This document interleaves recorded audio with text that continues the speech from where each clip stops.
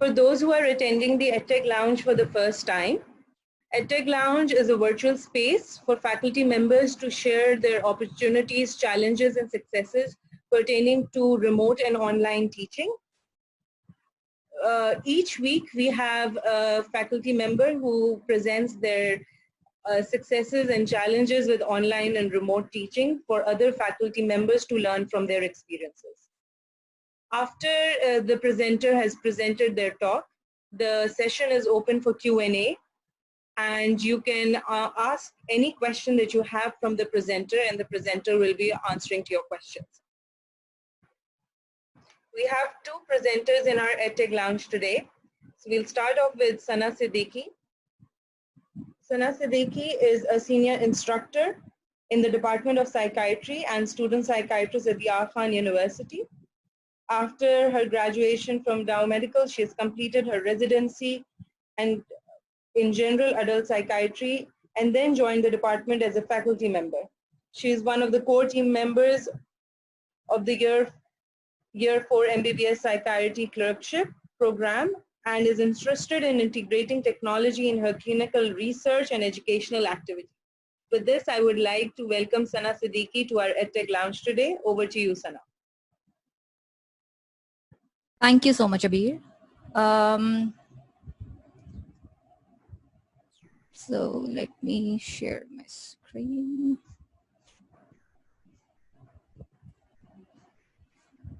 Okay, so Assalamu alaikum and welcome everyone. Thank you very much for joining me today. I am Dr. Sana Siddiqui, and as Abir has mentioned, I am senior instructor in the Department of Psychiatry and student psychiatrist at Aga Khan University, Pakistan.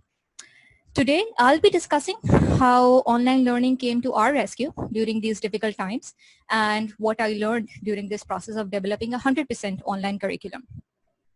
Most of the points that I'll discuss are more of a reinforcement of points already discussed by my fellow presenters in previous talks of the series, so please bear with me. Okay, so the roadmap that I'll use for today's talk is that first I have a disclosure about myself so that those who don't know me have a little idea of where I'm coming from. Then I'll discuss what we were doing in UGME Psychiatry Clerkship Program before the pandemic happened. Then I'll tell you what we are doing currently. Then I'll share a little story with you all which helped me formulate our plan, and in the end, I'll discuss what I've learned in this whole process. So, to those who don't know me, I am 34 years old, and I've spent this time more as a student than as a teacher. And previously, my teaching experience was restricted to helping out my friends and younger siblings with certain concepts. I am primarily a clinician and more involved with bedside teaching, clinical teaching, and clinical supervision of postgraduate trainees. I learned about this term medical education pretty recently, and I really have to thank Blended and Digital Learning and Department of Educational Development for this, who introduced me to it. Previously, I used to think of teaching to be more of an art, but now I've realized that there is a whole lot of science behind it as well, which was a revolution of sorts, to be honest. How I usually learn whenever I'm in an unfamiliar situation is that I tend to make up a story to try to navigate myself out of the scenario with the help of that story. And I'll try to tell you guys how I did that in current situation. After completing my residency, I joined the Department of Psychiatry as an instructor in 2017. I was discussing my plans with my chair, where I mentioned that I am interested in teaching and integrating technology in my clinical and research activities. And I'm glad I did that because our chair was planning to revamp our UGME clerkship program, making it integrated and outcome focused. And I joined the core team of 4 members, including our UGME program director, Dr. Humaira Saeed, our department chair, Dr. Aisha Mia, and Dr. Aisha Sanobar. We developed a blended curriculum on Moodle, which included components of online plus face-to-face activities and clinical teaching. And we used multimodal teaching and learning strategies. The course was offered to a class of 100 students who would rotate in psychiatry in batches of 10 to 12 students every month. So this is how our VLE page looks like, and a lot of thought and planning went into this, and we had quite fun developing that. When we started to roll out our blended curriculum, we had initial glitches. It took a little time for our faculty and students to get familiar with the platform and the new changes that we did, and gradually everything started to run smoothly. We became comfortable. And suddenly the pandemic happened. One batch had completed only 3 weeks of the 4-week rotation, and we got the news that the classes have been called off and there will be no teaching till further notice.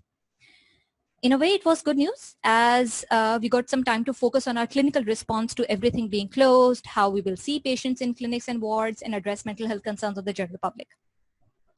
As the lockdown extended and UGME Curriculum Office told us that students might not be able to join the university till end of May, and they have decided to switch all teaching to online. Initially, they started off with basic sciences and later asked the clinical sciences to move to online teaching as well. We were asked to select the content which was essential for the clerkship and teach it online to 100 students all at the same time. This resulted in the structure of our clerkship program to be changed completely, with no inpatient and clinical exposure to students.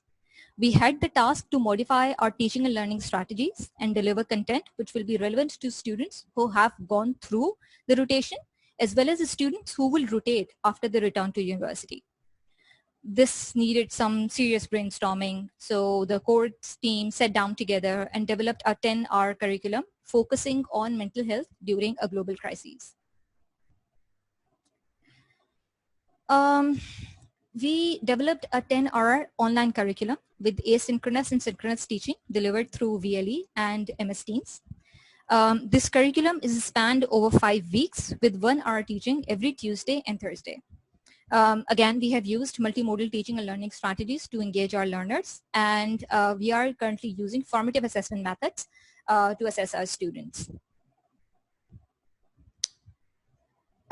This is how our VLE page looks like now.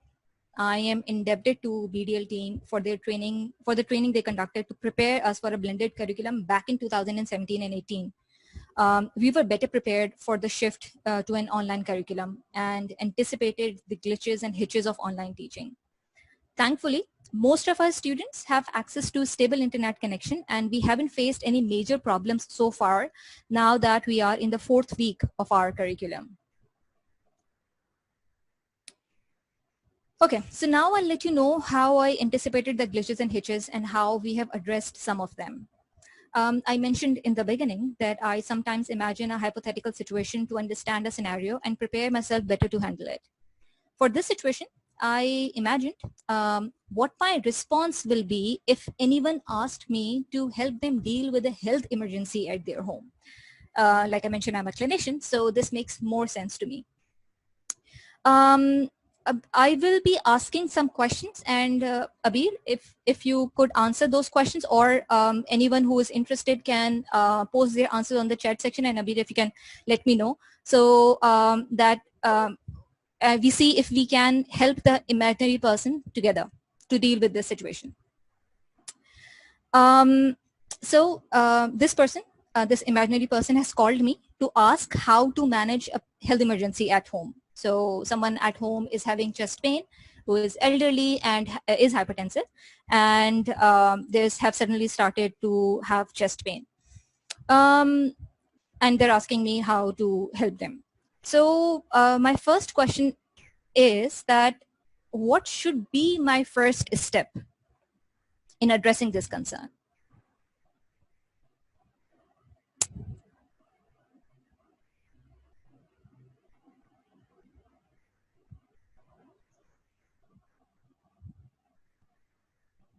So, Sana, we've got responses in the chat saying calm down. Okay. So calm down, help them to calm down. Okay, they have calmed down. They have called me. Okay, they have thrown all their anxieties on me. What should I do? What should be my first step? Video consult. Okay. Okay. So keep yourself calm. Yes, be your eyes and hands. Call a friend. Get more information. Right. ठीक है. So I can do all this if I have my ultimate goal in my mind. So the first step that I need to do is to have an ultimate goal in my mind. Okay? And I decided that my ultimate goal is to help the person to get the correct diagnosis and treatment and recover fully. So that's my ultimate goal that I need to achieve. Now, that is the first step. That should be my first step. That what is that I'm looking for, and then I'll plan accordingly. Okay? Acha, ab, in order to achieve this goal, what are the tools that I need?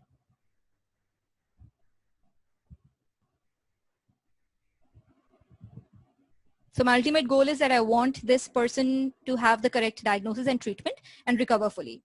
So what are the tools that I need for that? Right language, empathy, okay. Get complete info, right.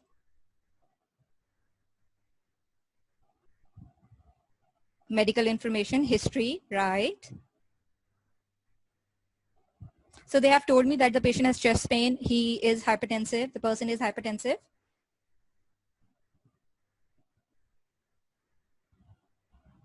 Assessment, okay.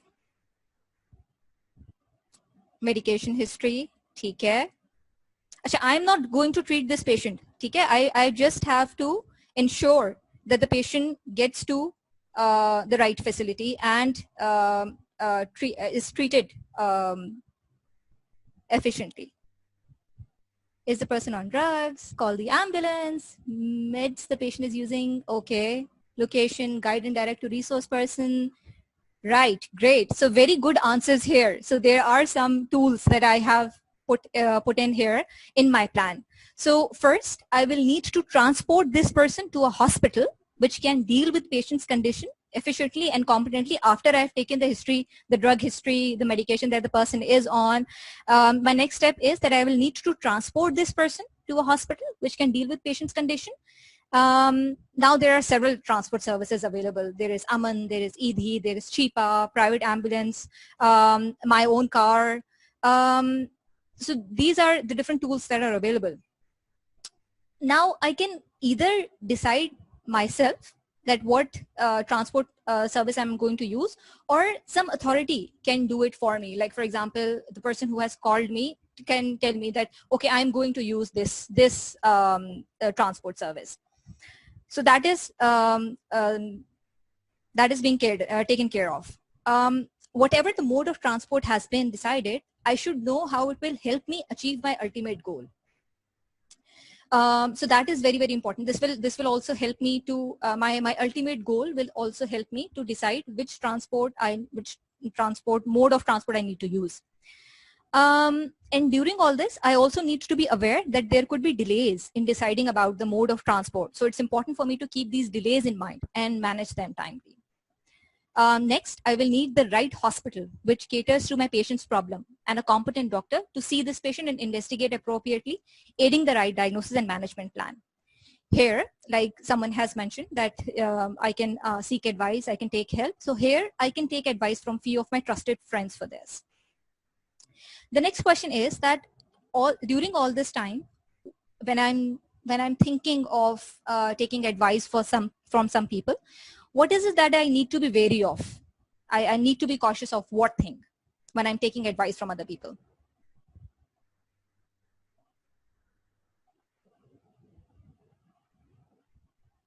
Time, okay.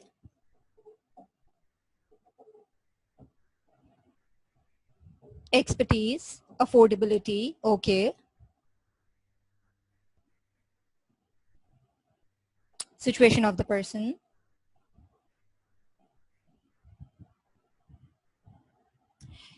Okay, so here's one thing. When you are thinking of asking suggestion from other people, it's very, very important that you don't take advice from everyone.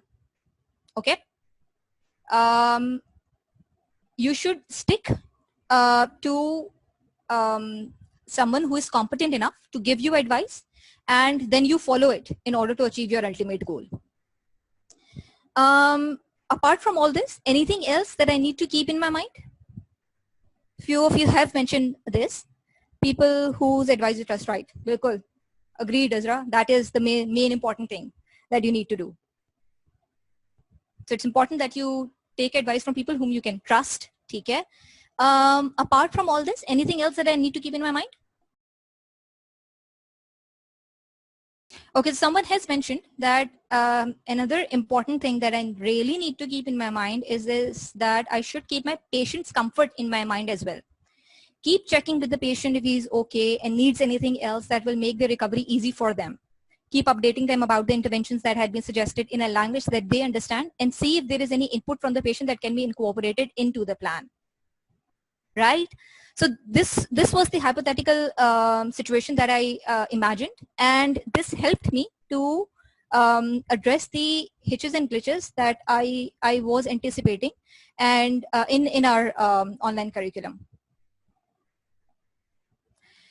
Okay, so what did I learn from this story?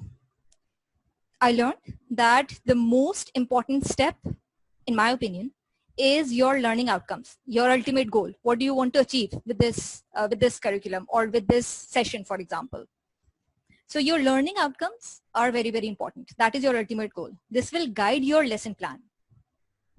It's important that you make a plan and then try to stick to it.